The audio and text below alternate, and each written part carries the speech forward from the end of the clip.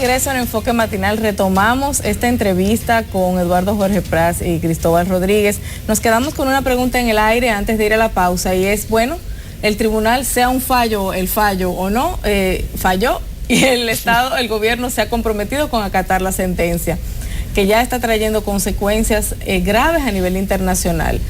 ¿Qué pasa a partir de este momento? ¿Es completamente obligatorio cumplir esto tal cual se ha fallado? ¿Hay alguna posibilidad de ir por otra vía y enmendar lo que se ha, digamos, dispuesto? Mira, yo quiero insistir en esto.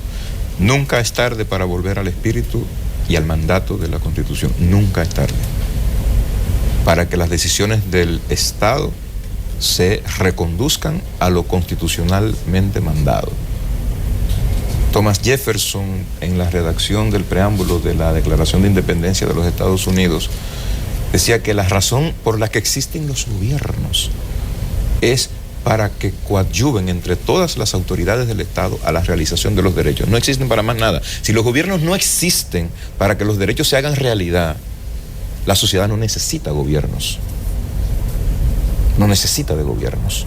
Entonces, es responsabilidad del gobierno, y cuando digo gobierno, digo de todos los poderes públicos, en el caso de la decisión del Tribunal Constitucional, buscar los mecanismos, buscar las vías para que prevalezca la justicia. Pero por ahí anda el cómo. ¿Cuáles son esas posibles porque de lo que se trata es de que no se puede imponer una decisión signada por la injusticia. Por una injusticia no cualquiera, por una injusticia que despoja de sus derechos más elementales a una comunidad de centenas de miles de personas. Es decir, es una cuestión mayúscula de derechos lo que está en juego con la decisión del Tribunal Constitucional. Entonces, hay vías de solución, por supuesto que hay vías de solución. Y hay opciones tanto en el ámbito local como en el ámbito internacional. Nosotros somos parte de la jurisdicción de la Corte Interamericana, que es el tribunal que en última instancia, decide cuándo el Estado Dominicano actúa apegado a la convención y cuándo no. O sea que el gobierno no está obligado a acatar esa decisión Sí. Yo pienso que hay que distinguir, o sea, las decisiones del Tribunal Constitucional son vinculantes para todos los poderes públicos. Ahora, la propia Constitución, en su artículo 74, numeral 4, señala que los derechos fundamentales se interpretan siempre a favor de la persona. Y en este caso, la interpretación más favorable para las personas hijas de inmigrantes ilegales es la de la decisión Yan y Bosico, que por demás es vinculante para el país, y que señala que el estatus migratorio de los padres no puede significar despojo para la nacionalidad. Ahora, para personas como yo, que me considero nacionalista en el sentido de que creo en la necesidad de fortalecer la guardia fronteriza, reconstruir los bornes, que son el límite de la frontera, sancionar a las empresas que contratan mano de obra ilegal, juzgar y meter presos a los militares que todos los días, incluso hoy en día, están dedicados al tráfico ilícito de personas. Entiendo que hay que aplicar las leyes migratorias, pero una cosa, como decían ustedes, es la cuestión migratoria, que debe ser abordada, que debe ser enfrentada, y otra es la situación de esas personas que hay que defenderlas no porque sean haitianos o dominicos haitianos, no, porque son dominicanos, porque son derechos de dominicanos. Por eso yo creo que el gobierno de Haití no tiene nada que decir sobre la situación de esas personas, porque esas personas nacieron en territorio dominicano y es deber de las autoridades dominicanas darle protección, como decía Cristóbal. El deber del Estado, en virtud del artículo 8, es la protección de los derechos de la persona en su territorio, en este caso nacionales dominicanos, y además que quieren vivir bajo la Constitución, mientras nosotros, nuestro mejor producto de exportación somos los seres humanos que nos vamos en yola a Puerto Rico o a Nueva York. Estos son seres humanos que quieren estar en República Dominicana, que quieren vivir, que quieren trabajar, que quieren convivir en República Dominicana, porque se sienten dominicanos. Y eso es bueno. Nosotros deberíamos sentirnos orgullosos de ser no solamente un país que exporta mano de obra, sino un país donde hay gente que quiere venir a trabajar. ¿Por qué vienen aquí? Por la misma razón. Por la que nosotros nos vamos, buscando mejoría de vida, más oportunidades. Ahora, eso no puede ser sobre la base de un desorden que es responsabilidad de las autoridades dominicanas, desde Trujillo hasta los gobiernos democráticos. Y por eso yo digo, si somos nacionalistas, deberíamos estar preocupados de que esta decisión nos ponga a nosotros en una situación desventajosa en el plano internacional. Y de trabajar la destrucción del negocio que implica la frontera. Pero en el caso específico del Tribunal Constitucional, ya está la sentencia, el gobierno ha decidido acatarla y defenderla a nivel nacional e internacional. ¿Qué otro mecanismo queda? No, es que nosotros... ¿O el gobierno estaba obligado a acatarlo? No, es que el gobierno la puede acatar en el sentido de acatar la decisión más favorable. Ahora, aquellas personas que sean desnacionalizadas, como decía Cristóbal, tienen los recursos internos, porque todo oficial del Estado Civil, todo juez está obligado no solamente a controlar la constitucionalidad de las normas, sino a controlar la convencionalidad. Porque hoy las normas son legítimas no solo porque no violen a la Constitución, son legítimas si no violan a esa Constitución supranacional que es la Convención Americana sobre Derechos Humanos. Por eso nosotros tenemos que acostumbrarnos a vivir en un Estado que su Constitución dice en el artículo 26 que somos un Estado abierto al derecho internacional, amigo del derecho internacional, no enemigo del derecho internacional. Cuando se dice, ¿y dónde está la soberanía dominicana?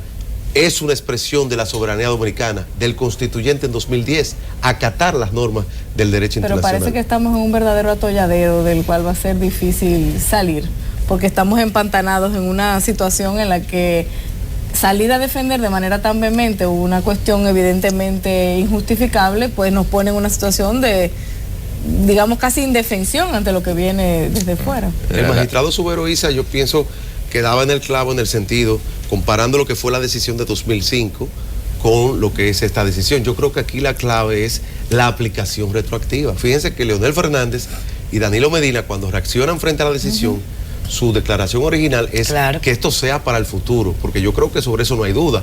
Después del 26 de enero de 2010, los hijos de inmigrantes ilegales no adquieren la nacionalidad americana, pero no antes. Yo quiero saber cuáles son esos derechos fundamentales que de tanto se habla, que la gente debe preguntarse, derechos fundamentales, ¿cuáles son los derechos fundamentales que garantiza la Constitución Dominicana, Cristóbal? El que estamos ejerciendo aquí. La libertad de expresión, por ejemplo. La libertad de expresión. ¿Cuáles más se consideran derechos fundamentales?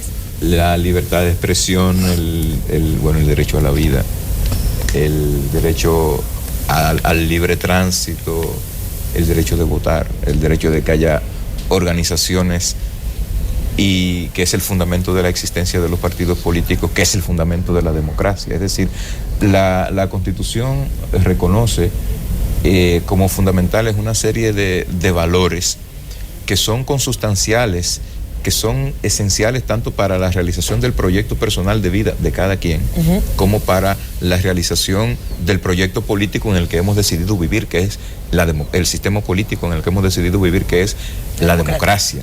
Es decir, y relacionado con la democracia están estos derechos que son de asociación, de libertad, de expresión, de derecho de sufragio, de derecho de petición, que es un derecho que se retoma, se había establecido en constituciones anteriores y que se retoma en el artículo 22 de la actual Constitución, que es el derecho de los ciudadanos de plantear peticiones y el derecho de ser oídos por los poderes públicos respecto de cuestiones que atañen a la colectividad. Está el derecho a la libertad de empresa, es decir, el derecho a la seguridad jurídica, el derecho a la irretroactividad de las leyes, que no se puedan expedir leyes que apliquen hacia el pasado. A propósito. Porque el problema de las leyes cuando se hacen retroactivas es que cercena cualquier posibilidad de seguridad jurídica, y la gente necesita tener, poder calcular cuáles son las consecuencias precisas que se derivan de sus actuaciones en términos jurídicos. Vamos a hablar un poco de libertad de expresión, que es uno de los derechos fundamentales, digo, más populares. A todos nos gusta poder decir lo que pensamos. Y este debate precisamente alrededor de la sentencia, yo creo que ha sacado un poco lo peor de nosotros en términos de libertad de expresión, de censurar, incluso llamar traidores de la patria a quienes opinan diferente. También el Tribunal Constitucional tiene pendiente fallar el tema de la despenalización de los delitos de prensa y de libertad de expresión. Hablemos un poco sobre el estado de este derecho, del ejercicio de este derecho en el país, y cuáles son los retos que tenemos en ese sentido. La libertad de expresión es un derecho fundamental. Ahora, como todo derecho está limitado. Había un célebre juez norteamericano que decía, hay libertad de expresión, pero yo no soy libre de gritar en un cine lleno de gente, hay fuego, porque eso originaría un pánico que incluso causaría la muerte o las heridas de los que estén en el cine. Es decir, hay límites. Uno de esos límites es el honor, la buena imagen de las personas. Por eso la difamación y la injuria son castigados.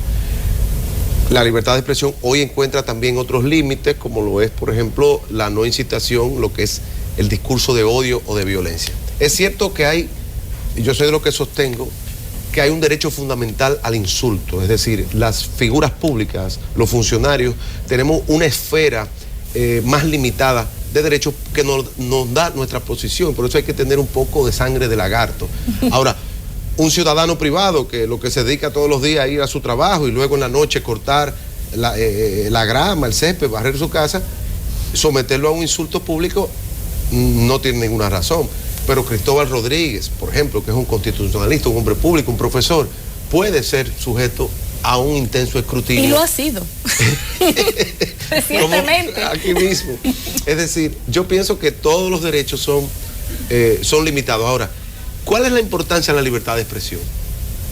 La libertad de expresión es uno de los derechos fundamentales más fundamentales, valga la redundancia. ¿Por qué?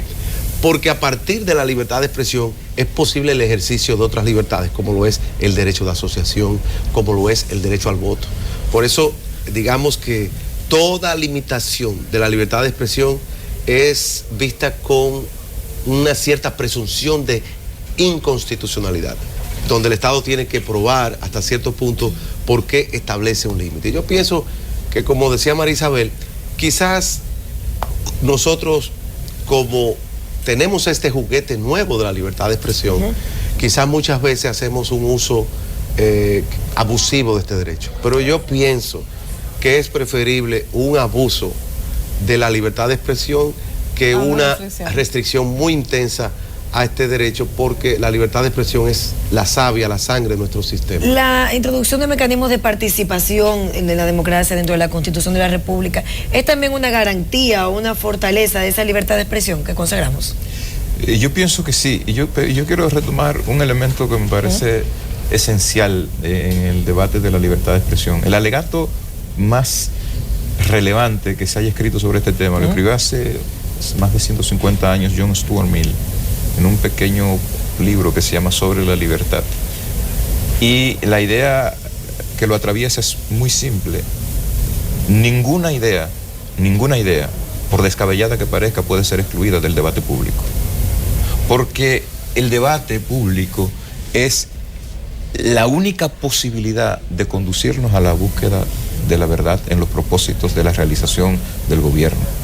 Fíjate que lo que caracteriza de manera principal el proceso de producción de las leyes en el Congreso es el debate, es la discusión, es la búsqueda de las mejores razones, la búsqueda de los mejores argumentos, es lo que Habermas llama la coerción sin coerciones de los mejores argumentos, que debe terminar imponiéndose como resultado de la deliberación y del debate público. Y esa es la grandeza y la importancia más importante de la libertad de expresión, que nos ilumina, que nos permite inclusive rectificar errores del pasado.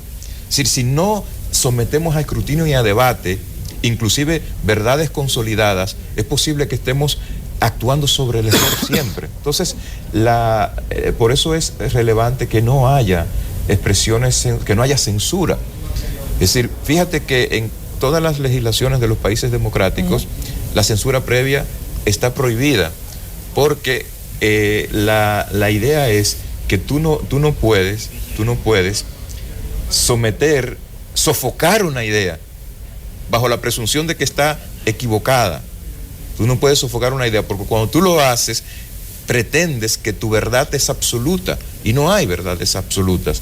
La libertad de expresión solo puede estar sometida a el escrutinio posterior de su conformidad con la ley, como decía Eduardo. Es decir, hay esferas de la vida de la persona que están protegidas: el honor, la dignidad.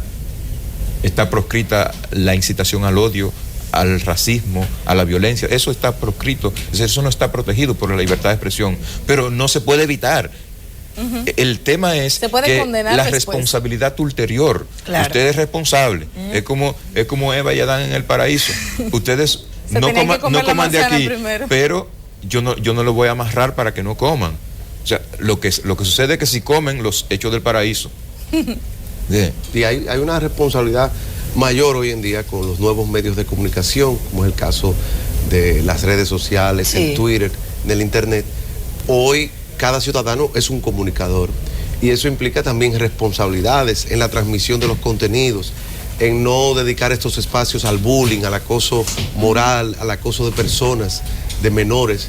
Y yo pienso que esos son nuevos límites que encuentra la libertad de expresión. Y nuevos desafíos también. Nuevos desafíos.